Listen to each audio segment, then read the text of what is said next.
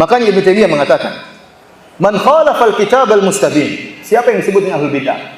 Yaitu orang menyelisih Al-Qur'anul Karim yang jelas. Wa sunnah al-mustafidah, menyelisihi sunnah Nabi yang terkenal, dikenal semua orang ini sunnah Nabi, namun dia nekat menyelisihi.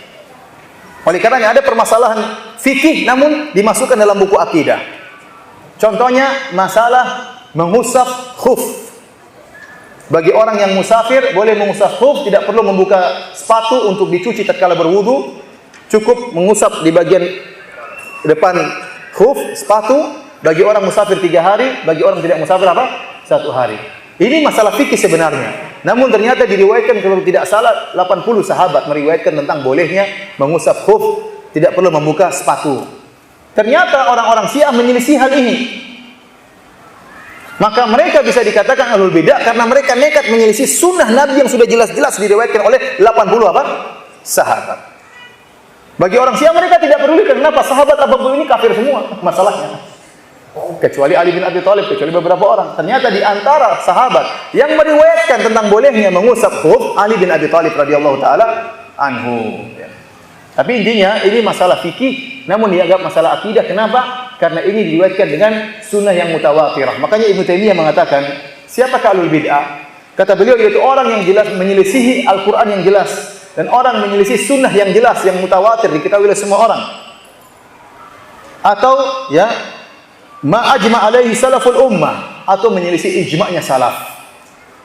Khilafan la yu'dharu fihi, dia menyelisih dengan satu khilaf tidak ada udzur baginya. Fahadha yu'amalu bima yu'amalu bihi ahlul bid'ah, maka ini dimuamalai sebagaimana bermuamalah dengan ahlul bid'ah. Jadi tidak setiap ada kesalahan kemudian kita ini ahlul bid'ah ini salah dan macam-macamnya. Tapi para hadirin Allah Subhanahu wa taala, ya.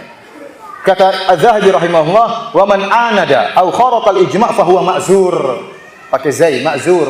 Barang siapa yang menentang, membangkang dan menyelisih ijma' ulama, maka dia berdosa. Ini yang dikatakan berdosa. Adapun kalau hanya menyelisih masalah khilafiyah, ijtihadiyah, maka tidak boleh kita sesatkan. Dan kita lihat, inilah pemahaman adab khilaf inilah yang diwarisi oleh para ulama ahlu sunnah sampai sekarang. Antum lihat, khilaf antara Syekh Albani rahimahullah dengan ulama al-Mamlakah al-Arabiyah Saudiyah, ulamanya Arab Saudi, banyak dalam banyak hal.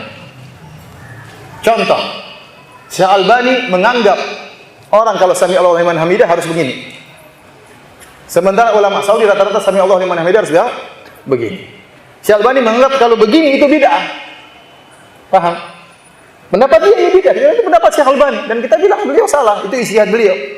Namun beliau tidak pernah membid'ahkan orang yang sholatnya begini. Sami Allahu liman hamidah. Paham? Jadi tidak lazim orang yang terjerumus dalam satu pendapat yang dianggap bid'ah kemudian orangnya menjadi apa? Ahlul bid'ah. Ini sebagai contoh saja. Khilaf dalam masalah ini. Contohnya Syekh Albani menganggap salat tarawih lebih dari 11 rakaat bid'ah. Dan ini beliau tulis sampai dalam buku beliau Salatul Tarawih. Saya baca buku beliau dari awal sampai akhir masalah itu. Ya. Dan saya katakan bahwasanya pendapat beliau kurang kuat. Menyelisih 4 mazhab. Dan beliau tidak punya salaf dalam hal ini.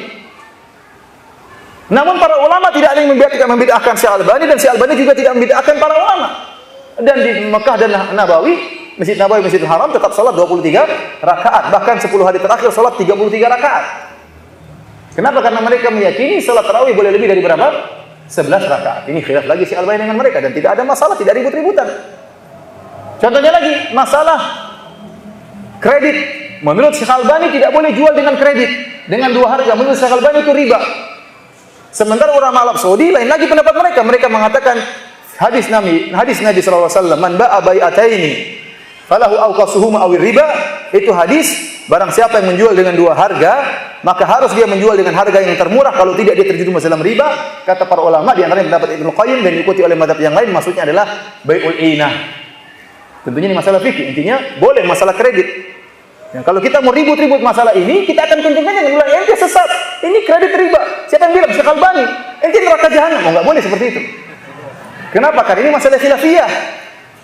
Bukan masalah riba yang disepakati.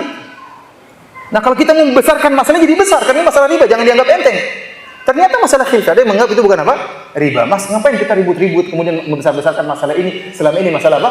Khilafiyah. Kalau kita mau ribut-ribut, jadi ribut karena riba berbahaya. Contoh lagi, Syekh Albani berselisih dengan para ulama masalah cadar. Syekh Albani mengatakan tidak wajib apa? Memakai cadar. Ulama Saudi menganggap itu wajib memakai apa? Cadar. Masalah khilaf di antara mereka. Ini khilaf dengan Syekh bin Baz sangat banyak. Kalau Syekh bin Baz ditanya, siapakah mujaddid hadzal asr? Wahai Syekh bin Baz, siapakah pembaharu abad ini? Kata Syekh bin Baz, Al-Albani. Syekh Albani, kata Syekh bin Baz. Dengan penuh penghormatan kepada Syekh Albani. Bahkan mereka khilaf bukan cuma masalah fikih, bahkan mereka khilaf dalam masalah yang sangat berbahaya, yaitu masalah bolehkah Saudi menyewa tentara Amerika untuk turun di Arab Saudi untuk melawan Irak waktu itu. Ini masalah berbahaya, masalah keselamatan jutaan manusia. Karena menurut orang-orang Saudi, kalau Saddam Hussein sudah, semoga Allah merahmatinya, kalau dia meninggal Islam ya. Kemudian kalau dia menyerang Kuwait sudah kalah, dia akan menyerang Saudi. Sementara Kuwait ya, orang-orang Muslim juga, tapi diserang oleh apa? Saddam Hussein. Maka menurut kebijaksanaan pemerintah Arab Saudi yang didukung oleh fatwa sebagian ulama, jadi Syekh bin Baz, boleh kita minta tolong dengan orang yang kafir, yang musyrik dalam rangka untuk menolak apa? Kemudaratan. Ibarat ada orang masuk dalam rumah pencuri, ada polisi orang kafir, tidak apa kita minta tolong, itu ada pencuri. Meskipun polisinya orang apa? Kafir. Ini contohnya sederhana. Syekh Albani mengatakan tidak boleh. Dengan dalilnya, dengan perdebatan. Jadi ini masalah berbahaya, masalah tentang nyawa jutaan manusia. Berakibat tentang pertumpahan darah. Toh mereka berbeda pendapat, mereka saling menyayangi. Nah, antum berbeda pendapat masalah jari gerak atau tidak ada yang mati. Mau gerak-gerak, mau enggak ada yang mati. Ini kalau salah berfatwa bisa menimbulkan banyak yang meninggal dunia. Paham? Ternyata mereka saling apa? Menyayangi. Jadi hatinya harus lapang. Masa masalah memilih, boleh memilih atau tidak, kemudian ribut, gontok-gontokan, sesat menyesatkan, dituduh dukun, dituduh macam-macam. Sampai ada yang nuduh dukun. Ini tahu nggak masa depan? Kenapa bilang nanti kalau ini yang terpilih kemudian begini-begini? Emang dia dukun sejak masalah lari-lari ke dukun masalah begini. Nggak tahu pernah belajar masalah kaidah akhafud dhararain, tahu atau tidak masalah kaidah tersebut? Irtikabu akhafud dhararain. Jadi ini karena kejahilan. Kalau orang ngerti dia tahu ini masalah khilafiyah, selesai urusan. Oke, para hadirin subhanahu wa ta'ala. Jadi maksud saya, kita lihat para ulama mereka khilaf dalam masalah-masalah besar, tapi mereka berlapang dada. Nah, kita kenapa masalah-masalah yang bukan masalah besar kemudian kita apa?